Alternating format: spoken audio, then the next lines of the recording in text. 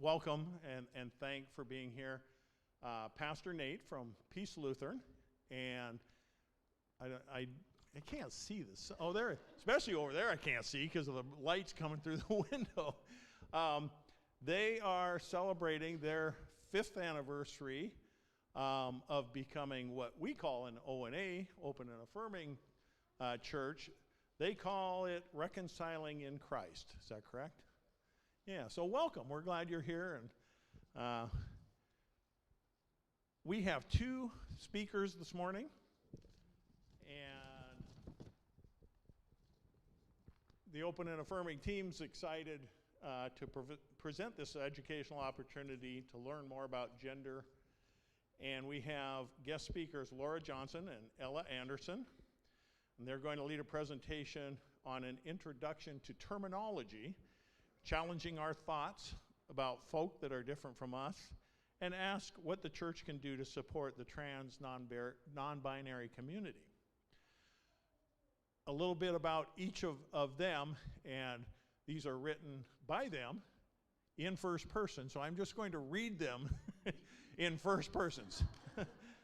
Because if I try to transpose it off the paper, I'll mess everything up. So first, Laura Johnson uses pronouns she and her, and she says, I have been a mental health therapist for 22 years now, and about 10 years ago started working with the transgender, non-binary, TNB community offering gender-affirming care.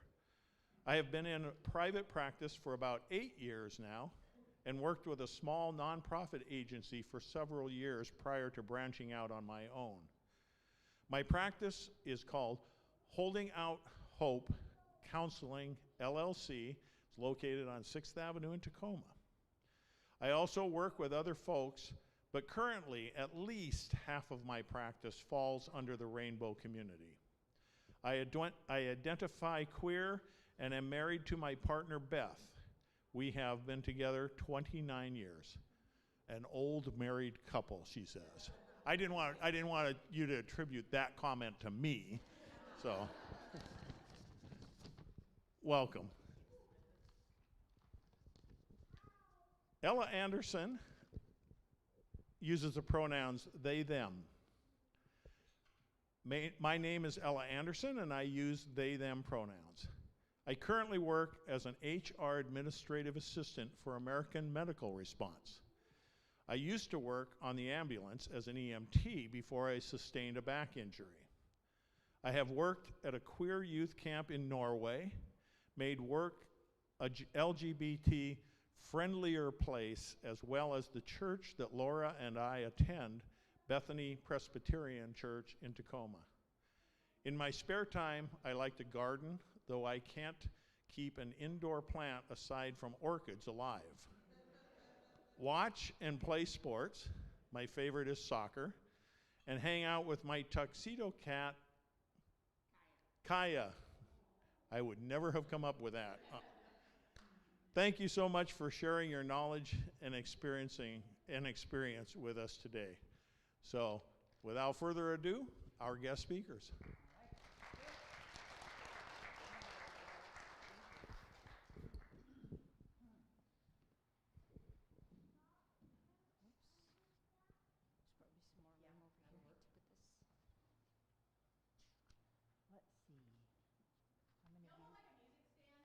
What? This works, if that's fine with you. Yeah, that works perfectly. We won't bang on the pulpit, though. That's what it says. Do not bang on the pulpit. Per Sarah, we will follow those rules. Well, we'll try. I can get a little carried away sometimes, but we'll give it a try. Well, welcome to Gender 101. They, too, are children of God, holy and beloved. We're so glad you're here. This is a great turnout, my goodness. And I got to tell you, sitting in worship with y'all, you guys are doing some great things already. I'm really touched and really moved.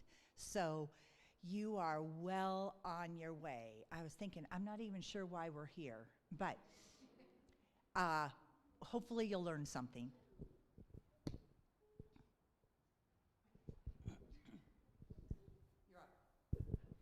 All right, I'm up. So my name's Ella Anderson. they, them pronouns, and a little bit about me. So you already heard a little bit, really. But I submitted this little essay for college scholarship, and I think that this is my coming out in a nutshell. So in 2011, I confided to my high school counselor that I was it. I know that I'm it, yet I did not know how to be it. I was petrified and could not get myself to say the words gay or lesbian. My first year of independence in college, I was exploring my sexuality when I saw the book, It Gets Better. Coming Out, Overcoming Bullying, and Creating a Life Worth Living by Dan Savage. If you haven't read it, you should read it. It features multiple essays from teens, celebrities, and others, reassuring its readers that life will get better for them. After reading this book, it made me see that despite adversities, life can continue in a purposeful and meaningful way. I realized that many people share my anxieties about not being loved for who they authentically are. And this inspired me to write my own It Gets Better story, to contribute to the supportive messaging for people who are struggling in their own right with their sexuality. In 2012, I came out to much of my family and many of my friends. I was finally comfortable with my lifestyle and hoped that they would remain in my close circle. In 2013 and 2014, I attended Pride and volunteered at a queer youth camp in Norway. I was a regular member of a LGBTQ plus group, Crossroads, in college, and then became the leader. I have since then facilitated two, this one being the second Gender 101 class with Laura, and worked towards making my current workplace more LGBTQ friendly by having pronoun badges and gender-neutral bathroom signages installed. I think of how far I've come since that day in 2011, and this book was instrumental in pointing me in the right direction to lead a less fearful and more purposeful, meaning life. Thank you, Ella. I'm Laura Johnson, and so I kind of accidentally stumbled into working with the trans non-binary community. I had on my work website that I was comfortable offering same-sex counseling to same-sex couples, and I think people made that leap, that if I was okay with the LGB part of the acronym of the rainbow, that maybe I'd be okay with the T and all the rest of it, TQ, IA2S, right? So trans folks started calling, and I quickly thought, oh, holy guacamole, Batman, I need to get some training in this. This is like something completely I'm just not familiar with. So I trained with a guru in our community in Tacoma, Dr. Patricia Favre. She's been serving the trans non-binary community for probably 35 years, right? So I just did hours of one-on-one with her. And that was about 10 years ago, and there were very few of us in the community at that point offering gender-affirming care, so my name got out there quickly. So that's how I started offering gender-affirming care. And it's being a therapist is really rewarding, but this has really made my work so much more fulfilling to me to know that, to just offer this work, right? When I first came to Bethany, I always felt like scripturally I was the leper, right? I was the leper, and I was one of the untouchables, people you didn't want to touch, being a lesbian woman. And so for me to be able to offer gender-affirming care, I don't believe any of us are lepers, right? But I know that society has called us that. And so, Sarah, I loved your message today, and just cannot affirm enough that we are all beautifully and wonderfully made, and that God loves us all. And again, you guys are doing a really good job. Okay, I brought my cell phone, so if people streaming have questions, I'm going to give you guys a minute to just look at that slide and take that number down so that you can text to me with questions? Or do people have another way to get questions answered as well? Okay, perfect. And we have in two areas, kind of one in the middle and one at the end, where we will take questions. So try to hold them until then. They might get answered in the meantime. And I apologize. I have this kind of dry cough thing going on that's just a nuisance, so bear with me.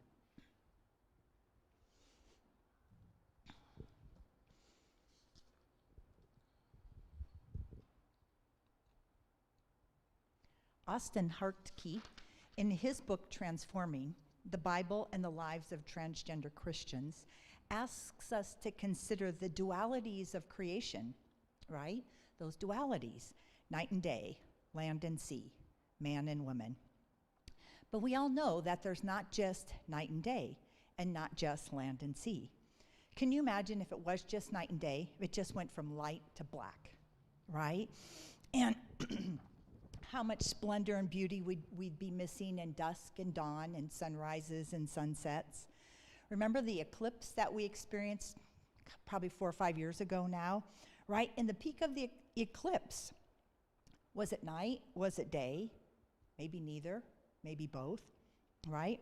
One of my favorite times of the evening and is the time when that sky is that midnight blue color. And it's really not nighttime, but it's not daytime anymore either. Consider if we only had land and sea. Then we wouldn't have marshes or wetlands or rivers or lakes or numerous other bodies of water that are not land and they are not sea. So why are we so stinking insistent that there be only man and woman, right? Can we begin to let go of that duality, that binary model of man and woman, and begin to consider that there might be more than just man and woman? Can we begin to let go of that binary system of understanding of gender and let ourselves experience the beauty that gender diversity has to offer too? Just like the beauty and splendor that we experience in wetlands and marshlands, sunrise and sunset in the midnight blue skies. Can you begin to consider gender from that framework, right? The framework that God may have created many genders, not just two. The reality is that as long as there have been humans, there have been people that have fallen outside the female and male duality or binary.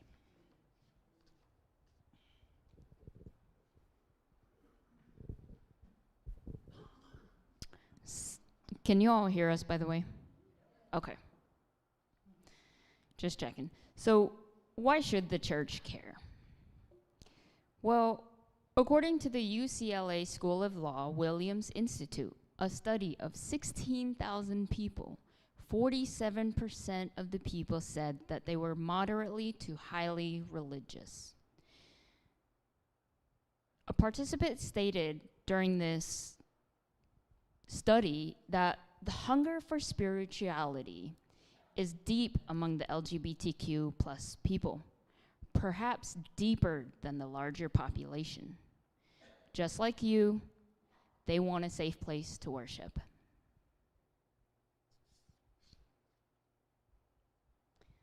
So, most people don't like to eat alone. Some people do. But if you approach a table with people only to be told that despite the open chairs, you cannot sit here, it leaves a sting, the rejection. It leaves a mark on you. Yet this is exactly what churches have been saying to far too many people for far too long. You are not welcome here. There's an open chair. Nope, can't sit there. Find somewhere else to sit. So how do we extend our unconditional welcome? Bethany's done it. This church has done it. Several other churches are getting on board and doing it. So I think everyone in this room or online has felt like an outsider at least once in their life, maybe multiple times or all the time. Maybe you were an outsider because you wore glasses, or because you got a used car and not a brand new car when you turned 16, or maybe you never got a car everything was handed down to you. Okay, so we're going to start some of our terminology. Bear with us here. Gender identity. So this is one's innermost concept of self, as male, female, or a blend of both, or neither. This is how individuals perceive themselves and what they call themselves. One's gender identity can be the same or different from their sex assigned at birth. Sexual orientation. This is who you are romantically or sexually attracted to. Sorry, we don't have a clicker here, so. All right, so transgender. A transgender person is someone whose gender identity or gender expression does not correspond with the sex that they were assigned at birth. Remember, even though the word transgender is often used alongside the terms lesbian, gay, and bisexual, as in LGBT, transgender is a gender identity and not a sexual identity.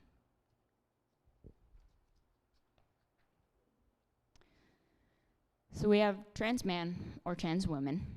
When it comes to female to male, so also known as FTM, F2M, this is a person who was assigned the sex female at birth and has transitioned socially, physically, medically, legally, or a combination of all to live as a man. Some refer to them as trans men. We'll get deeper into the whole transitioning part. Male to female, or MTF and M2F, is where a person who is assigned the sex male at birth has transitioned socially, physically, medically, legally, or a combination of either to live as a female. Some refer to themselves as trans women. So gender assigned at birth. This is the biology. When you give birth to a child and you say, it's a boy, that's what we're talking about, the parts that they have when they are born. Cisgender is a person whose gender identity lines up with their sex and biology assigned at birth.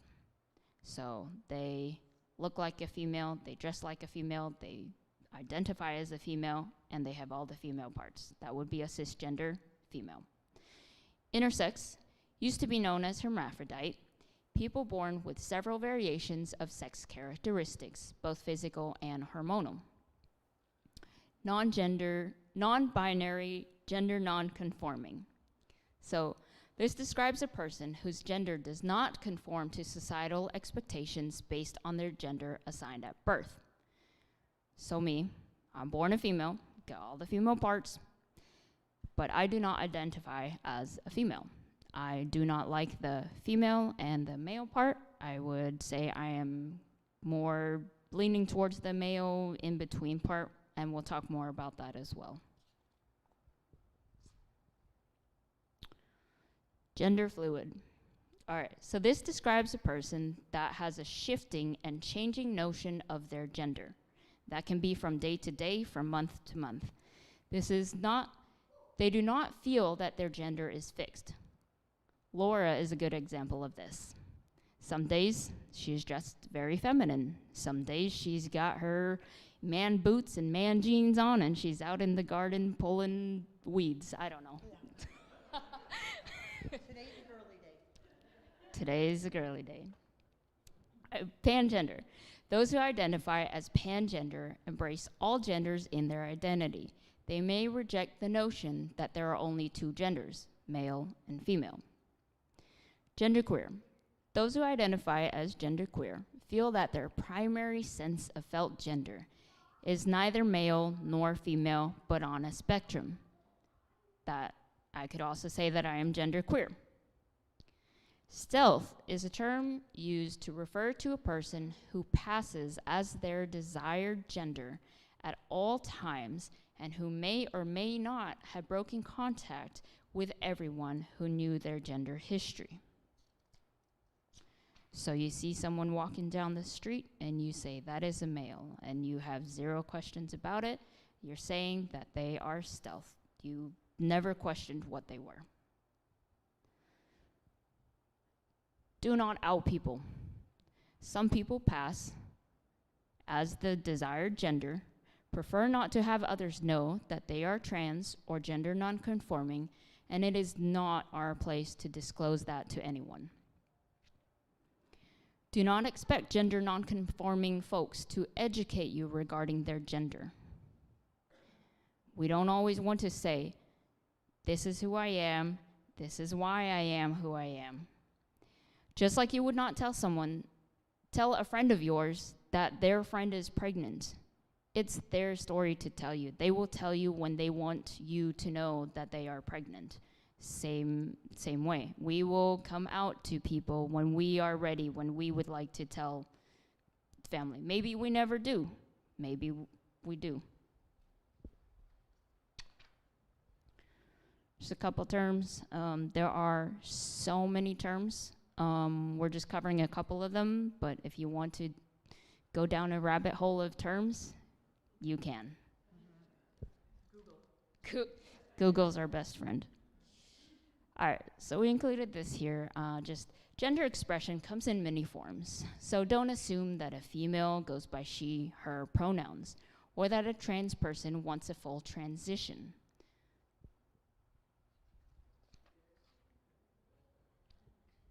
All right, genderbread person. I don't know if some of you have seen this.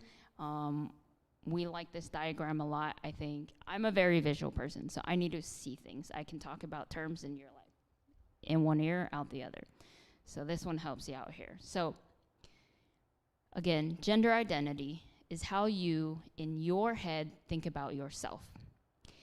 It's the chemistry that composes you, meaning hormone levels and how you interpret what that means. So again, the identity is all in your brain. Gender expression, it's kind of your whole body. It's how you demonstrate your gender based off of traditional gender roles, how you dress. The way I dress, a lot of people assume that I'm a man. Doesn't mean that I'm a man, doesn't mean I want to be a man. This is what I am comfortable in. It's how you dress, how you act, how you behave, how you interact with people. Biological sex. The diagram says what's down here, but really it's what's up here too. If you're a female, a lot of times you will have something where you can tell that you are a female. So it's the measurable organs, hormones and chromosomes. So females would have a vagina, they'd have ovaries, and they'd have XX chromosomes. A male would have their penis, their testes, their XY chromosomes. And an intersex person would have a combination of one or all of those. Sexual orientation. They put it at the heart, and that's what you feel physically, spiritually, emotionally attracted to, based off of that person's gender in relation to your own. So if you have a female who is attracted to a female, you would say that they are a lesbian or that they are gay. So for an example, here is my genderbread person. So for my gender identity, we have the women and the men, and then we have everything on a spectrum, because we don't have black and white, we don't have male, female, we have everything in between. So mine is leaning a little bit more towards the male. That is based off of how I feel. This is how I am comfortable dressing. Does not mean I want to be a man. Gender expression, also, people look at me and they say, sir, sir, sir. I get that a lot. And that's fine with me. Biological sex, I was born a female. I have those parts. And we'll get into that. We do not ask about the parts. And then sexual orientation. I am a lesbian or homosexual because I'm biologically female and I am attracted to females.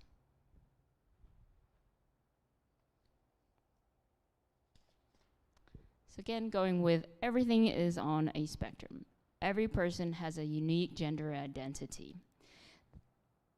Just like there are many ways to express cisgender identity, there are many ways to express transgender identity. Some people feel more comfortable in the middle of the spectrum and others don't. Some people who transition want to go from one end of the spectrum to the other. Some people would like to stay in between. And this goes with your social, your physical, your legal, and your surgical transitioning. But the main thing is that it's not up for us to decide how you transition or in what stage you are transitioning. Oh, you're trans. Well, are you going to get everything done? If they say that they are trans and they are identified as a trans male, then they are a trans male in my mind. I will not question what they are, where they're going with their transition. Questions? That was just a lot of terminology and yeah, do you have a question? Or comment? Should we mic you? Extreme there, buddy. Have you ever had an experience where somebody has questioned, like, you being both non-binary, leaning masculine, and being a lesbian? Because that's also pretty much my identity. So, questions. Yeah, it's a good question. Yes. Yes, I have. And it's the same way as a trans man who is attracted to a woman. They say, well, you were biologically a female before you transitioned. This makes you a lesbian, yes? No, doesn't. Doesn't make you a lesbian. Doesn't make me one way or the other. So yes, I've gotten that a lot. Other questions? Other questions?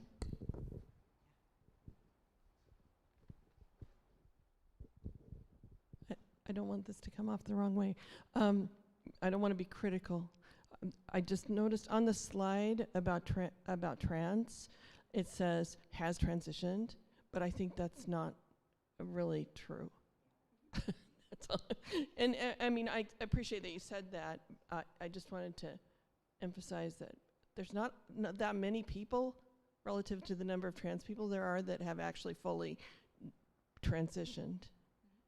And it may be that I mean, transition is really, is very individual. And so, if they're not out, maybe they haven't transitioned at all, but they know that they're a trans person, but they may have just only socially transitioned or, yeah, but thank you for that.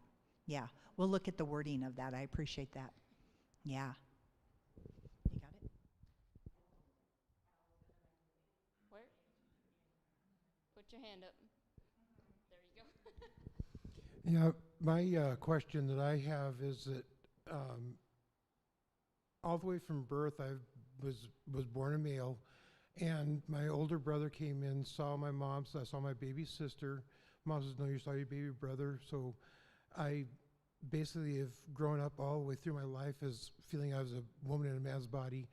But now at age 59, 60, which now I'm 61, my mind is saying, which it used to be Tim or Timothy, change your name to a female name. I'm now wearing pretty much all women's clothes, but people are asking in a nice way, because I've let an awful lot of my friends, coworkers know that I'm now going by Annie, and I need to find out what I actually am, because I'm going to stay, my lower half is going to stay male, my top half is going female, but I need to find out exactly, am I legal by telling people that I am a he, she, or is that a legal term with you folks, or what actually am I classifying myself as?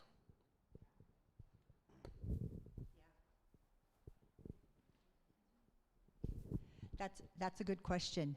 And you get to classify you. None of us get to, right?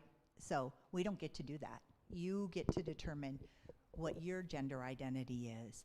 And there's so many identities out there, right? And so, I'm I probably fit under non-binary, but I feel like I'm more gender fluid, right? And so maybe gender fluid is a good term for you, right? Where, and it sounds like you're pretty early in your transition, socially, right? And so that might become more and more and more clear to you as you move forward too, what your identity is to you. There's been a lot of years of socialization, right? Like I'm 63, I get that, right? So there's been a lot of years of socialization that like you, people that are my age will get this, like we got that tape that we gotta like, you know, blank and then re-record, right? And so that's, but Annie, you get to decide that. We don't, nobody else gets to. We'll get to you.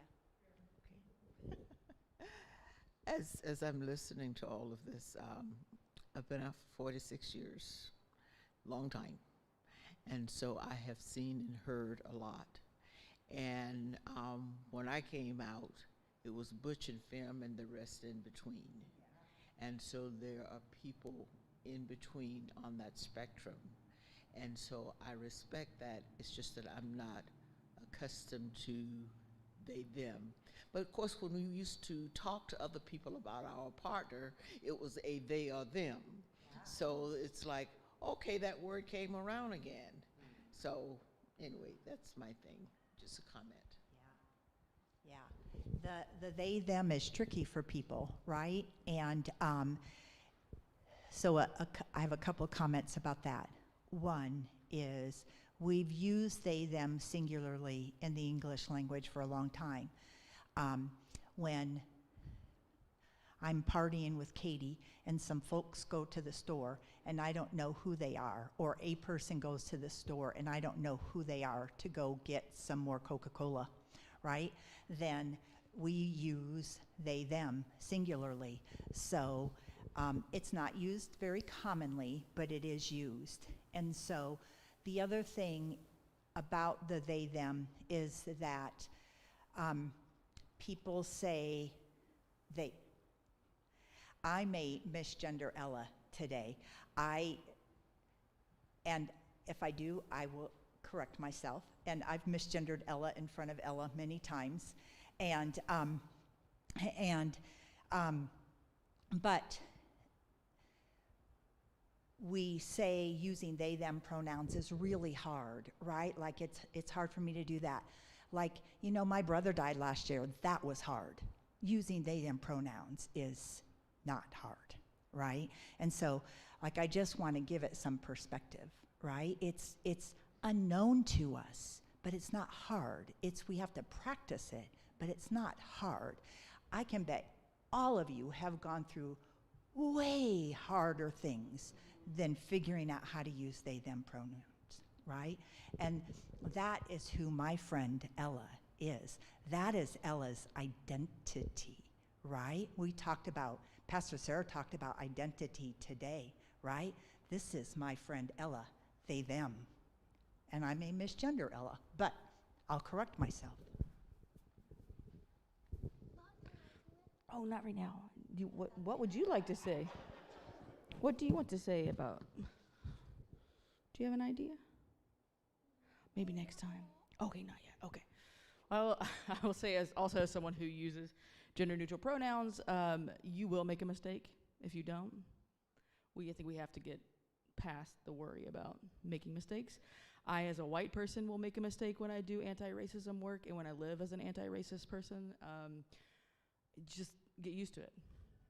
I mean, get used to it.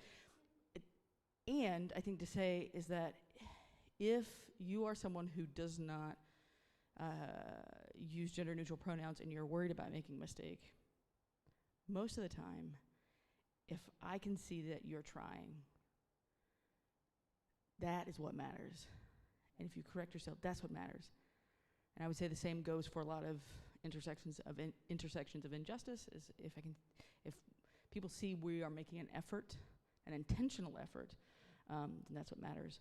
I will also say that one of the things that I love about the gender-bred person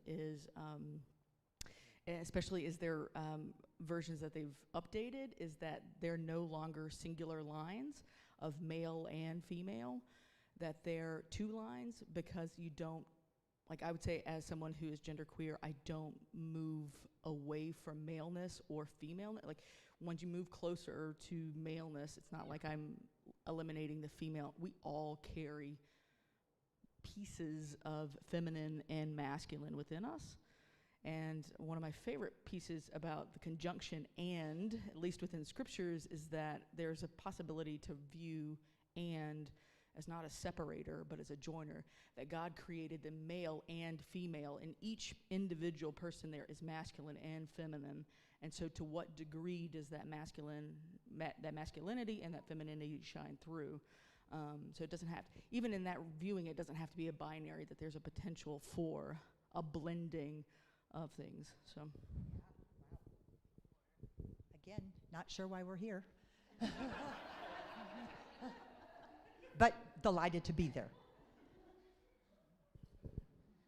On the they, them, just to let you know, it gets easier with practice.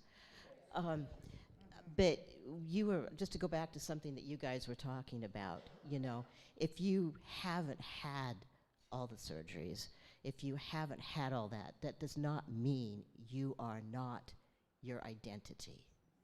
I started transitioning about 5 years ago, and because of my health and all that, I probably won't be able to have the surgeries. That doesn't mean I don't want them. It just means I like to be alive. And so I am settling with the fact that I now have a beard and that I now sing bass. But in my head, I am a man. And that's the important part. In my head, that's what I am. That's the knowing, right? That's the knowing. I'll check real quick. Maybe.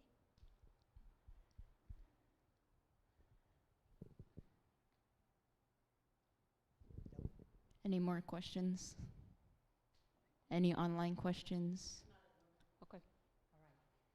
A couple things. I kind of don't need a mic, really. I haven't, just a normal outside voice. My poor introverted wife. So one of the terms we didn't put up there is just queer, right? We just missed that. And queer has become somewhat of an umbrella term for the rainbow community, right? Queer was a term that was used very derogatorily towards the community, that the community has now taken back and embraced. But not everybody. We have a worshiping member of Bethany that was really harmed by that word. And at one point, I'll read something later, and they changed some of it to queer, and it was really hard for that person, right? There was a lot of pain, a lot of trauma attached to it. So it is a word that a lot of the community has taken back, but not all of the community has taken back. And so just to be tender with that word, right? Just to be careful and be tender with that word.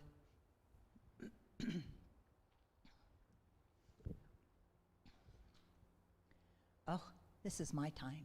Gender dysphoria, right? Gender dysphoria is that really intense feeling that people get when they know that their gender identity doesn't match, their knowing of themselves doesn't match maybe their gender assigned at birth, right? And for a lot of people, this comes in the form of significant depression. Another slide that we forgot to put in there is that the suicide ideology for the LGBT community is like 49% of people consider killing themselves, right? And that's up from a few years. It used to be like 45%. So it's Gender dysphoria causes a lot of distress on people, a lot of anxiety, a lot of depression. It's a mismatch between my brain and my body, right? And that looks different for everybody, right? Like Jay said, for life-saving reasons, Jay may not, probably won't have surgery. So even though Jay would like to. So that, Jay has to live with that mismatch. And that will be Jay's internal journey through their life. Yeah. Sometimes people are aware of this knowing. You know, I had a client, he was so great. He'd come into my office and be like, dude, how you doing today? Good. How are you? Good. So just this beautiful person, and a trans man, or trans dude, as he would say, trans dude. And as a little kid, like he never knew himself as female. Never, ever, ever, ever, ever.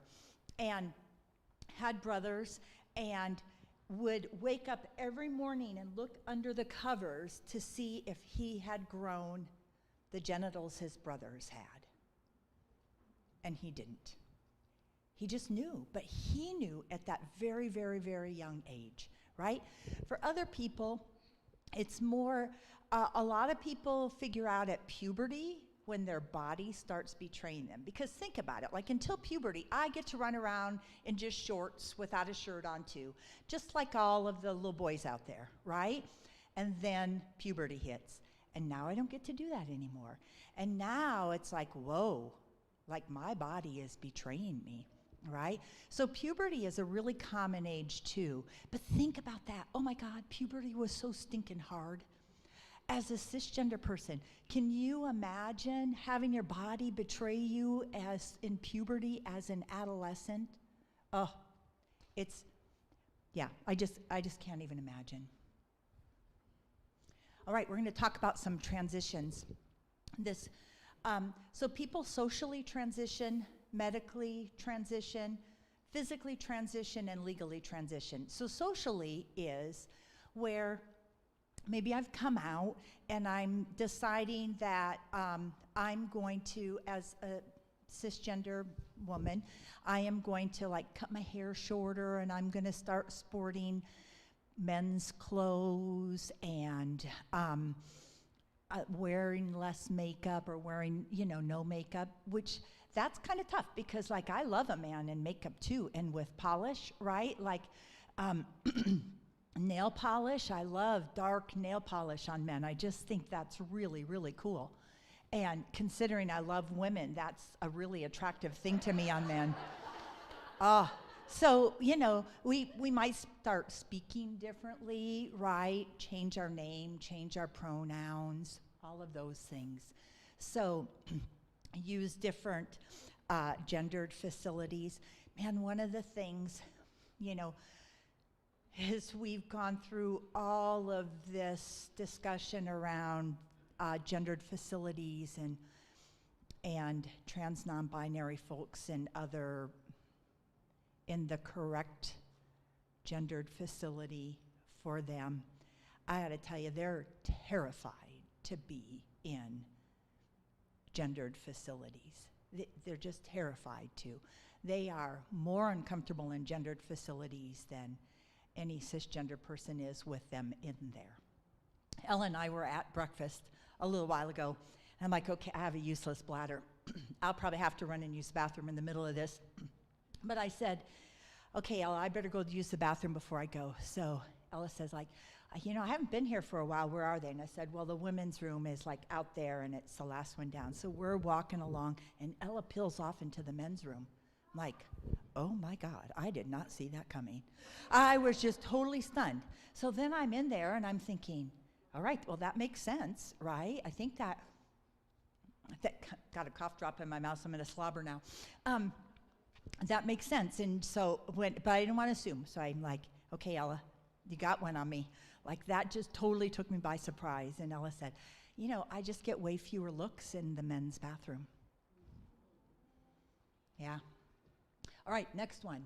So legal transition might include changing birth records, right?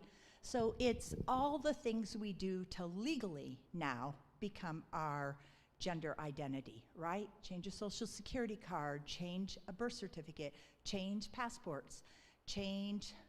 Have you ever lost your wallet and you've had to like go back? Like, why would anyone do this intentionally? Right? Why? Why? This is a lot of work. This is a lot of work.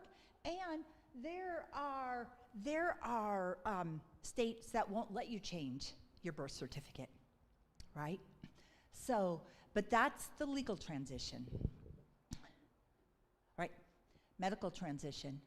So again, we've said it, we're going to say it again, like people have their own individual journey, right? Some people are going to transition socially, but not medically, right? Even though there's times I feel much more like I can relate more as a male, right? Like, I don't want any male parts. I just don't. I'm not a fan of the primary sex characteristics of men. And so, you know, when I'm camping, that'd be really lovely, but that's about it, right? For convenience sake, and that's about it. So, you know, some of us are not going to do much medical, but what we do is hormone therapy, right? So we suppress testosterone and add estrogen and progesterone. Thank you, I should know those, I'm on it, right? For adolescents, a little kind of mid-adolescence, and I don't know a ton about this because it's not my you know, line of work, right? But we suppress puberty with puberty blockers. And then when kids are closer to 17, 18 years old, then we give them the hormones that match with their gender identity, right? And so puberty blockers for adolescents. Some people do hair removal, right? Generally, hair removal is required for bottom surgery, right? And so, again, like, who would do that purposefully? Like, oh my goodness, right? Can you imagine laser hair removal there? Yikes. And then voice therapy. So what's lovely about being on testosterone is that people's voice has a tendency to go lower. Unfortunately, going the other way, going from male to female, thank you, right? Estrogen and progesterone don't make our voice raise higher. So, and voice therapy is, it's a lot of work. It's a lot of work. So you will, I have several trans women clients that if you talk to them over the phone, you would assume they were male. And, but not so. And then surgical transition, right? So chest breast surgeries, known as top surgery in the community. And so breast augmentation or the creation of a male chest. Yeah, yep. Yeah, or non-binary, absolutely. Yeah, absolutely. Yep, the Adam Apple shave, right? Facial feminization procedures. What's really cool is here in Washington that our our state has made it mandatory for some of these procedures to be covered by insurance now that weren't covered before, right? And so because like hair removal is expensive if anybody's ever done any hair removal, and you have to go over those parts again and again and again and again and again, right? So a hysterectomy, vocal cord modification. So those are some of the surgical procedures. We really, we have people that do top surgery in our area. We really don't have anybody that does bottom surgery in, you would think we would here in Seattle and the Seattle-Tacoma area, but we don't yet at this point. We have Dr. Stiller in Spokane, who is lovely, and we have some folks in Oregon State Health University, and then in Arizona and California, a lot of people go to Dr. Meltzer in Arizona, and you know, it's a like a 12-week process, and you know, insurance pays for the surgery minus whatever your deductible or 10 or 20 or 25% is that you may have for your individual insurance policy, but you know, the procedure itself, people have to pay to be in Arizona or over in Spokane or in California for a couple of weeks, so there's that expense of like a hotel or a VRBO or whatever it is, having somebody travel with you to help you with post-surgical care. So yeah, it's quite the expense to transition as well. One of my first clients years ago paid like surgically, just for the surgery itself, paid like $26,000, and for the surgery in Thailand, and then that wasn't including any of the staying and travel expenses and any of that. I don't know how many trans folks have said, like, yeah, I just pretty much took the down payment for a house to use for surgery. Ella stated it earlier. We're going to state it again. Do not ask about body parts, right? Like, that is just not okay. And it doesn't matter, like, cisgendered folks shouldn't ask other cisgendered folks about body parts, right? Like, your body parts are none of my business. My body parts are none of your business unless I disclose, like I have done today. But, like, you know, but our body parts are nobody's business but our own. Oh, here we go. Am I introducing the video? Oh, okay. I am introducing this video, apparently. Yeah, I haven't watched it for a while. Have you watched it recently? Yeah, we watched it the other night. One too many margaritas. Just kidding.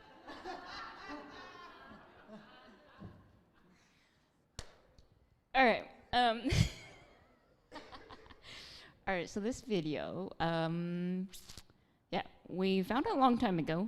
We thought it was great because it just really shows you a little snippet of just like one day, not even like a 20-minute section of a trans person's life and everything that they need to deal with. It's not just, I misgendered you today, done with it. It is every moment of every day for the rest of your life, potentially. So we can go ahead and play that video. Can we turn the lights off?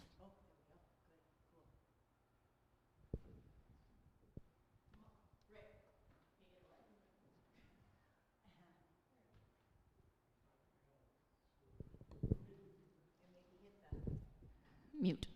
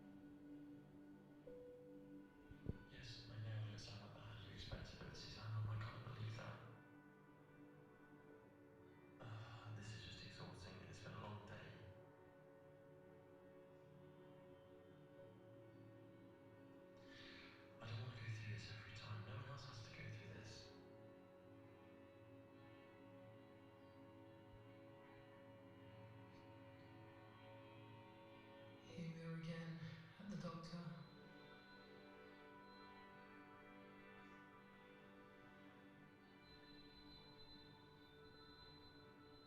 God, I hate being here. They know I'm not supposed to be here. I know I'm not supposed to be here.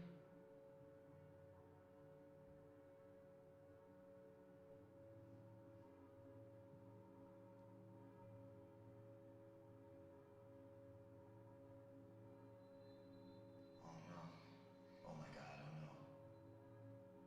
Why am I just frozen here staring at this wall? Lady, just move. Is he looking over here? If I drop my towel now, he's definitely gonna know I'm trans.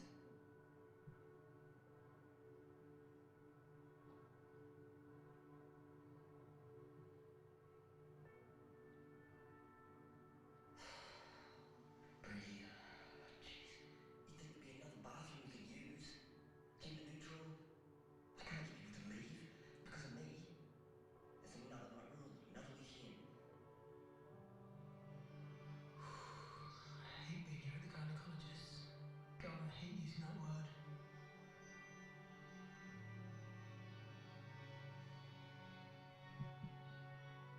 I've told you it's me, just believe me. Why do I have to spell my name? It doesn't make a difference. It's not gonna be Hannah, I'm still Hannah. Oh, no, not Sir, not Sir, not Sir. I'm never Sir, I'm Miss.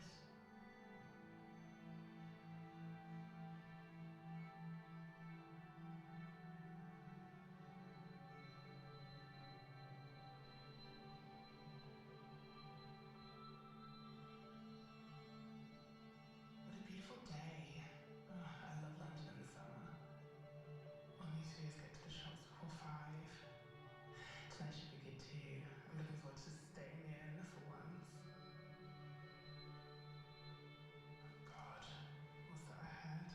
Oh, a building site. Maybe I should have gone around the other way. What if they guess I'm trans? And I'm just gonna get the usual looks, usual comments. Hey, is he smiling at me? Yeah, still smiling. He's cute. Things must be changing.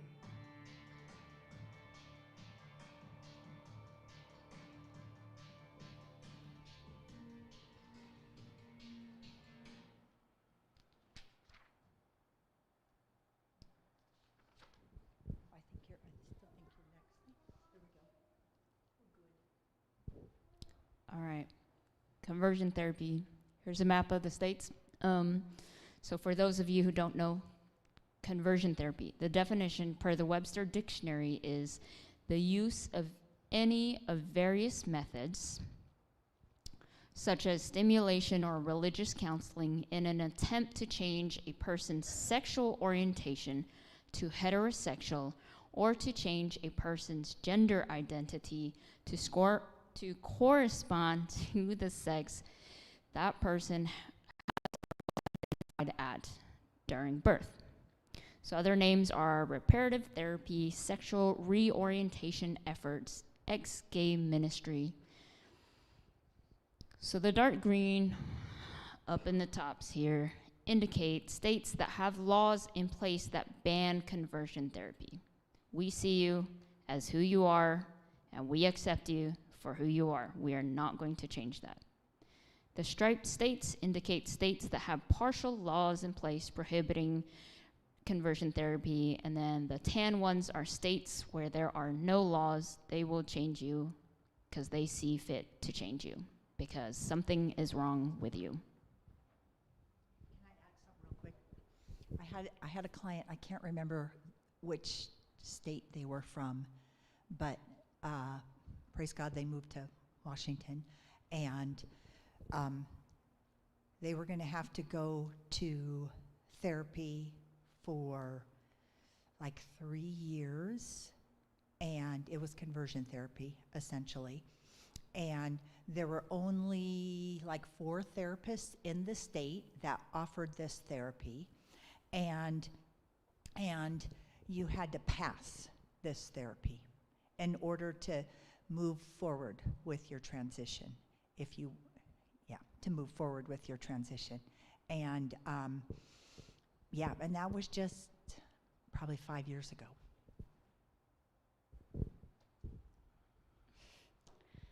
So, my pastor prayed the gay away. It worked. I stopped going to church. Thankfully, a lot of churches here in Washington, the one that Laura and I attend is very queer friendly. The one here obviously is very queer friendly, or we wouldn't be standing here talking to you all about this.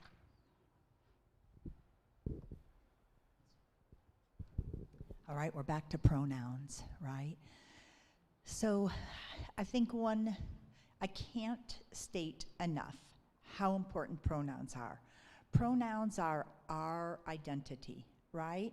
So if I am not using Ella's pronouns, I am determining Ella's identity when I say Ella, she, her. I don't get to do that, and I take that away from Ella, right?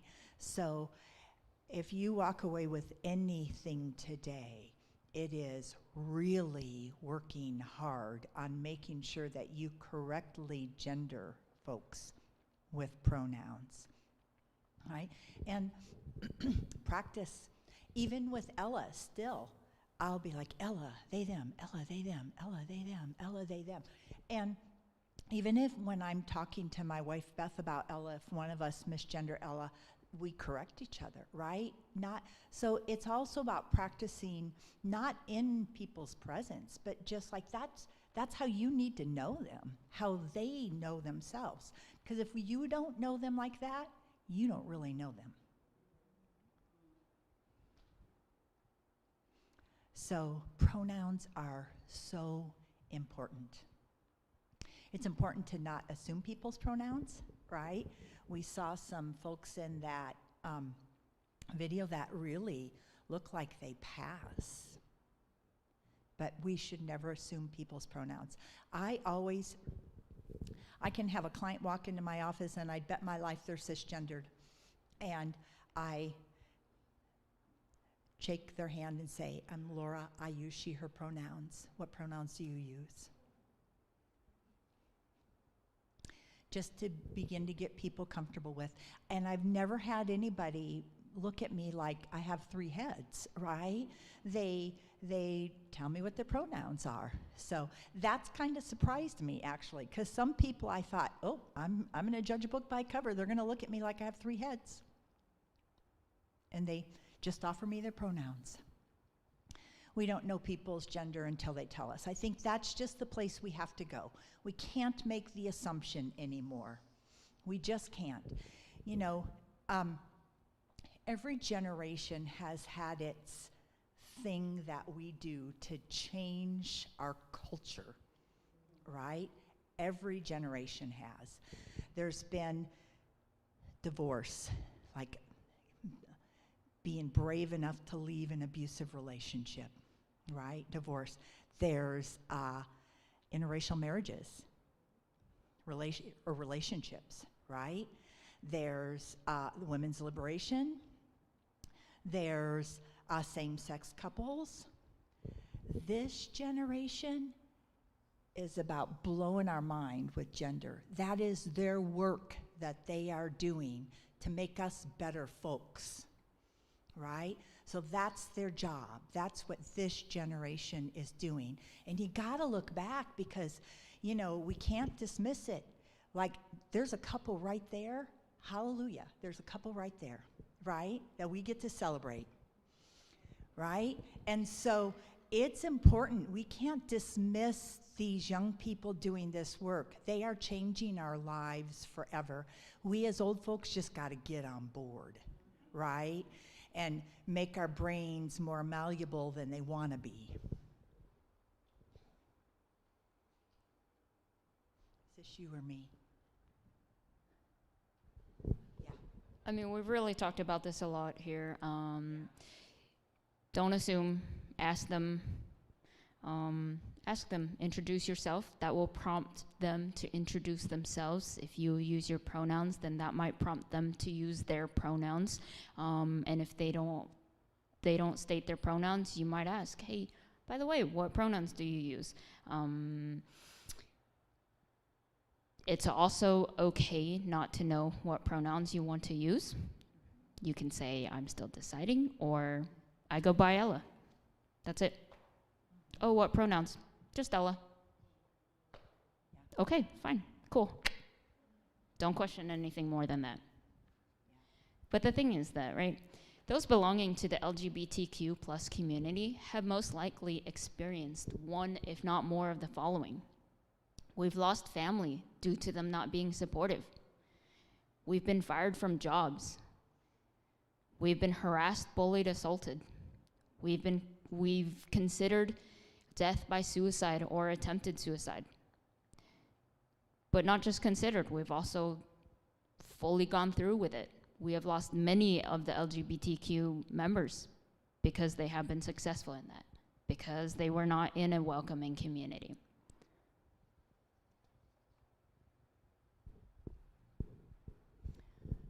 So I'm going to have us practice, because I got to tell you, to begin with, right, even as a therapist, it was kind of hard for me to ask pronouns, right? It was a little uncomfortable. And, you know, so what do we do with things that are uncomfortable? It's called desensitization or exposure therapy. The more time I spend in front of a snake, the more comfortable I may become with it. You're never going to see me walking around with it draped around my neck, right? But I might not have a panic attack when I see it in the store, right? And so we call this exposure therapy or desensitization. So I want you to find 3 people, and I want you to introduce yourself with your pronouns, and just introduce yourself with your pronouns to each other.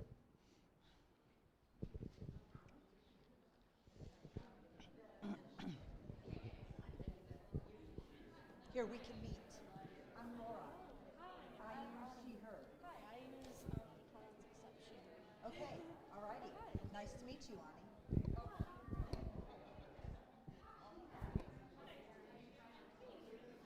I'm Laura. I use she, her pronouns, but I let people practice with they, them if they want to. I'm a she, her. Okay. All right. Nice to meet you again. Good program.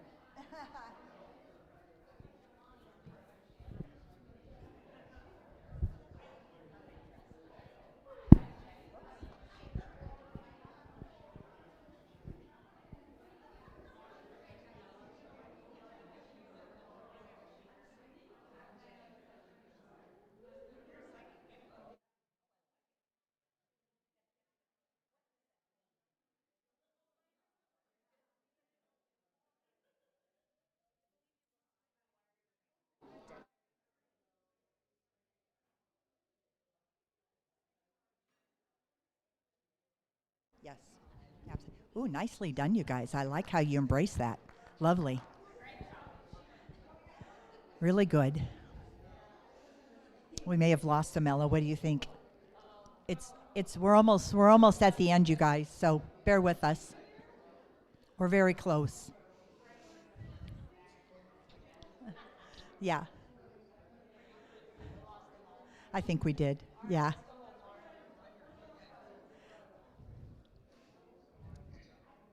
All righty. Hey, one of your congregants just also reminded us that we need to talk about dead names, right? That's the name I was given by my family, who loved me and thought that I was a girl, right? And but when people choose a different name, that birth name is dead to them. Hence it's called a dead name, right? And we don't ask about it. It's not appropriate to say, well, when you were born a girl, what was your name? That is not okay. That is not okay. So, dead names are, Ella's very gracious about being misgendered. Not everybody is. And I'm glad not everybody is, because there are those people that are like, nope, like these are my pronouns and you need to get them right, right? But that's how social change happens. So So those people that are, not that Ella isn't creating social change in Ella's way, Ella just is not as, I'm actually going behind Ella and being like, they, them pronouns. They, them.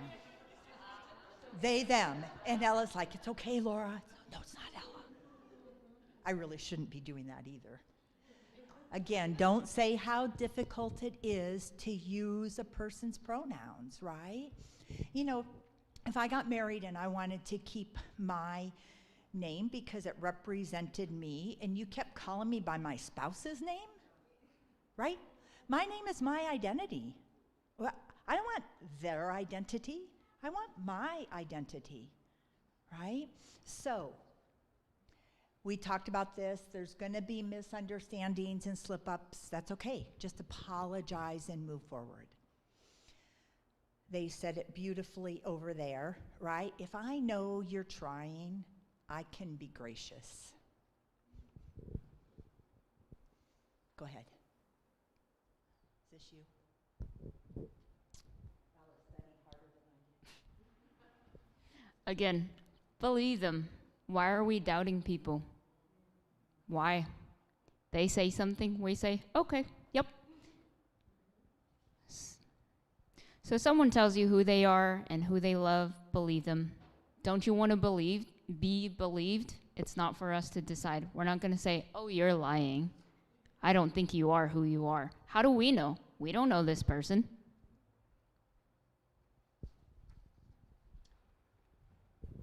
The therapist in me, right? We have these millions of neural pathways in our brains that say female looks like that, right? Male looks like that. And I, you know, I've been socialized for 63 years like that, right? And so it takes a lot of deprogramming. You know, I think in church language we use some of the like deconstruction, reconstruction, right? There's a lot of that going on in your church right now about the rainbow community, deconstruction, reconstruction. And that's what we have to do in our brains. We have to deconstruct that neural pathway that's like the I-5 in my brain, right? And our brains are amazing in their neuroplasticity. The less I use I-5, the more it offers some of its substance to the other neural pathways I'm developing, right? So pretty soon, that neural pathway in my brain looks a little more like 99, not I-5, right? And maybe one day it'll just look like a little path. I can hope. We're pretty socialized. So, it's a challenge, right? And so be gracious to yourselves, right? But try really, really, really, really hard. I can't say that enough. So going forward, what can you as an individual person do? Continue educating yourself on the basics.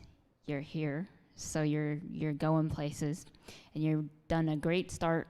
Continue. Come to us for resources. Google obviously has lots of resources as well. Too many resources. It can be very overwhelming. Yep. So we've tried to kind of bring some of the most important things, but again, you can go down a rabbit hole with a lot more. Reading the work of transgender educators, theologians, and justice workers like Austin Hartke. Thinking about how you use gendered language in your everyday life. A lot of people write, "Good morning, guys. Ladies and gentlemen, welcome to this presentation." Good morning, y'all.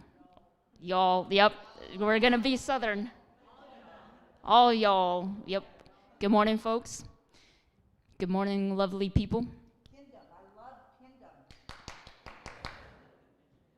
That was sweet. Mm-hmm. No, sir, madam. Unfortunately, we do not have a gender-neutral term for that specifically. That is very formal. Be vocal about your support for those around you and show your support. Be an ally. Can I say one thing? Like I need the mic. So my wife and I were at Verizon, and you know, when you're getting a new phone, that whole process, right? Oh boy. And so we're chit-chatting with the person that's helping us, and so she asked, you know, what I did. So I said, well, you know, I'm a mental health therapist. I said, I offer gender-affirming care. I work a lot supporting the trans and non-binary community. And they got kind of quiet. Then a couple minutes later, they said, I just got married to a trans person. So me just saying that gave them the opportunity to say that, right? And hoping that it was a safe space to disclose that they had just married a trans person. So that our being vocal about it is, offers hospitality, right? Offers hospitality, allows other people to be vocal about it. Don't out someone by talking about their gender identity with others. Watch out for backhanded compliments. Phrases like, "You're so pretty for a trans woman." We hate that. Actually, it's way more harmful because you're not complimenting them on how they look, really. Offer to help gender nonconforming people navigate unsafe places like the restroom. Go with them to the bathroom. You know, saying, hey, it's okay, come on, you belong here as well. Donating to organizations that help gender nonconforming folks or LGBTQ plus businesses. All right, and then here's what you're already doing here, y'all. I really am. I'm just so pleased. I'm just really pleased, right? So proclaim your welcome by using written and spoken word. So I loved what I walked into today, that beautiful rainbow bulletin. That was gorgeous, right? Here's what I walked into at Bethany 7 years ago.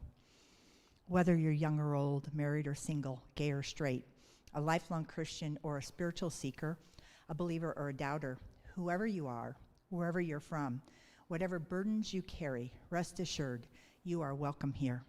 7 years later, that's still on the front of our, I wept. I sat in Bethany and wept for like the first 3 months there.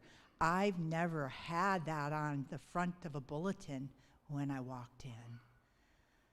It was powerful, powerful, powerful. Take steps to make inclusive language, right? Kingdom. Oh, that was just perfect, perfect. I was watching with a watchful eye through the language and the words today. Nothing. 100%. Y'all are rocking it. Acknowledge and respect individuals and families. Avoid the assumptions, right? Take intentional steps towards transgender, bisexual, and queer welcome, such as gender-neutral bathrooms. I saw that, right? Good job. Nicely done there, too. Make LGBT issues part of your work. I don't know how you could do that anymore, right? Like, this is overwhelming, really. It's amazing. Yeah, when I walked in here, I said, oh my gosh, there are so many rainbows. And also, last night, I was definitely worried, okay?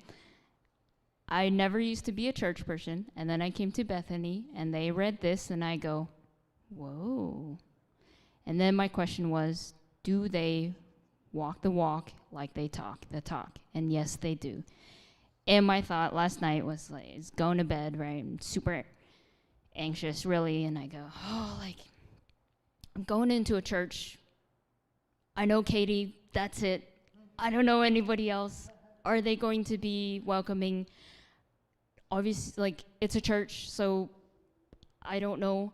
And then I was thinking, well, I mean, they asked us to come, so I hope they're not, like, asking us to come and then be like, we hate gay people, you know, or, like, walking into the Westboro Baptist Church. And I was like, someone or many of you obviously are welcoming, and that's why we're here. So I was like, Whew, okay. There's a lot of rainbows here. There's a lot of rainbows here. I think I'm okay. Yeah. Yep, absolutely. Absolutely.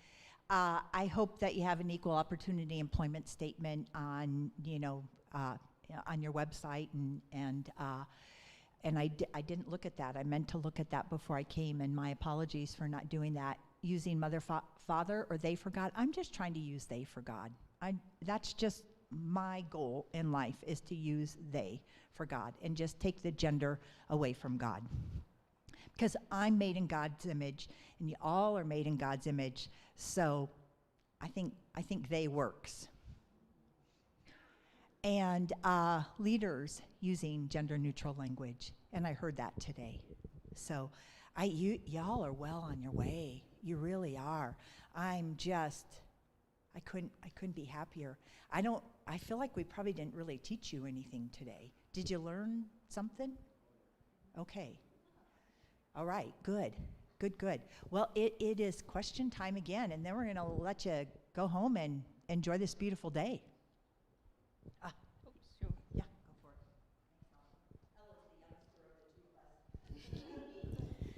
it.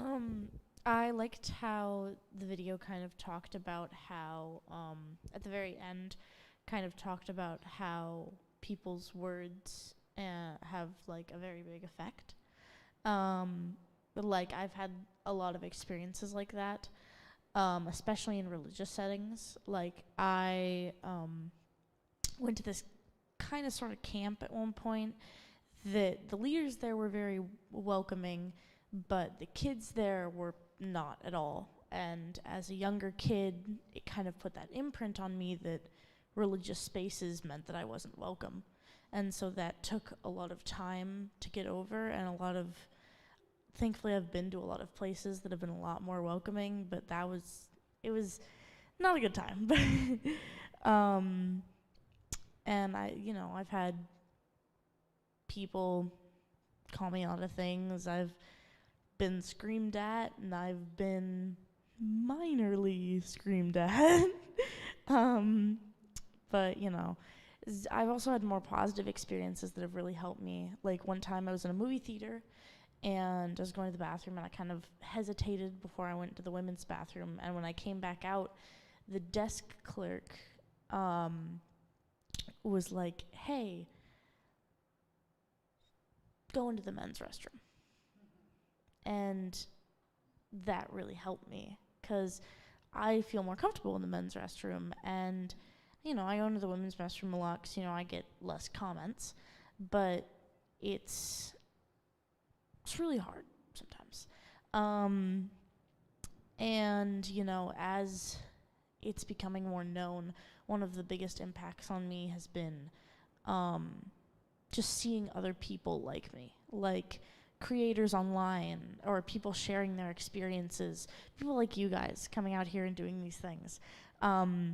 When I went to my middle school, like, I go to Hilltop Heritage Middle School, used to be Jason Lee up in Tacoma, which, has its people, but I'm I'm in a friend group of a lot of queer people, and like, my social studies teacher uses he they pronouns, and like my avid teacher is bisexual, and like, I have so many people that I have known that are queer, and I now have a lot of people that I look up to that are queer, and that's just those people being around and being able to show who they are openly has helped me and so many other people that I have known. And just being able to be around people like me has completely changed the direction of my life and has helped me to an extent that I could never have guessed. Yeah, we all need that support, and even more so in the LGBTQ community. Anyone who's marginalized needs that support, so be that support for them.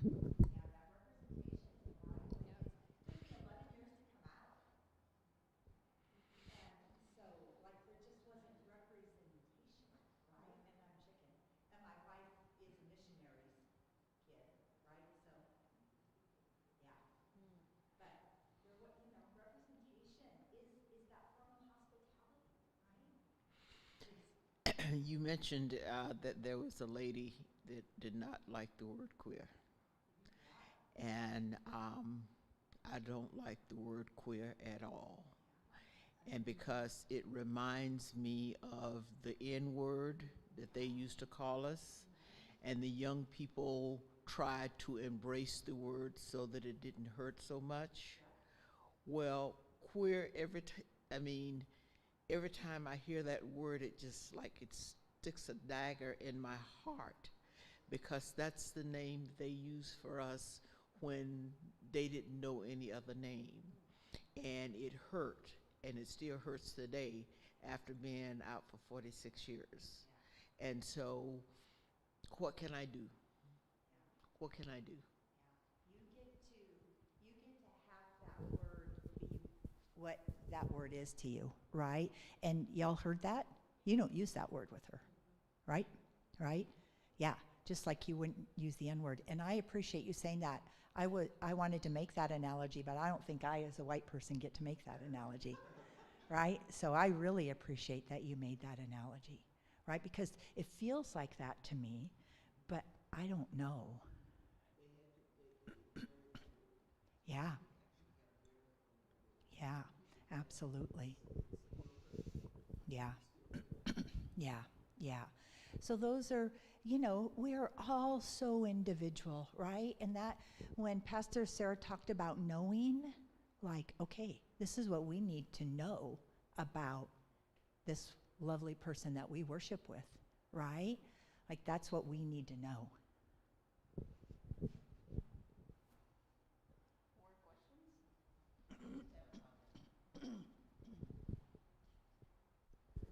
That video you had, that's my life, guys. That's happened, almost every single one of those things has happened to me, and happens on a constant basis. So now you know what my life and anybody else who's transgender's life is like, all day, every day. And not even transgender. Socially, I go by they, them pronouns. I look like a male. Depending, I was gonna say, not only transgender people. I look like a male. Depending on what my voice does that day, I can sound like a male as well. And people look at me and assume that I'm sir. And I get that all the time. I'm in the store and they go, "Sir, the next cash register's open." Okay.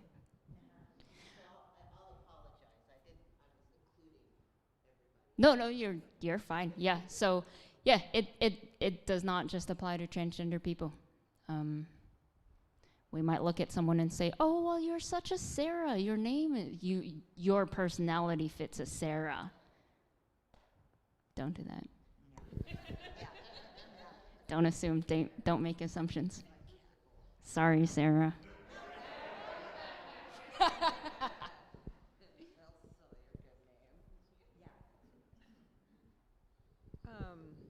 I would just like to put a plug in for individuals in here who have, teens or youth that are feeling that you don't have your space. It's hard because there are 3 things we need in our life to survive, right? Food, water, and positive social interaction. And we all deserve that. And so there's Oasis Youth Center in Tacoma, an incredible safe place for our LGBTQI plus 11 through 24-year-old is who they serve.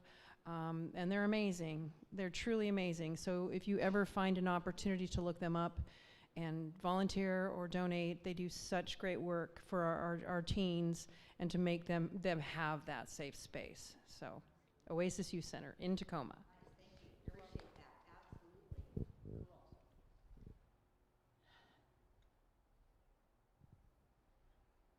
All right. Well, thank you, Thank all, you. for being here with us today. And yeah, cool. Keep up the good work. You really are. You're doing a great job already. Yeah. Go home. Enjoy some sunshine. Get out in the sun. Get out of here.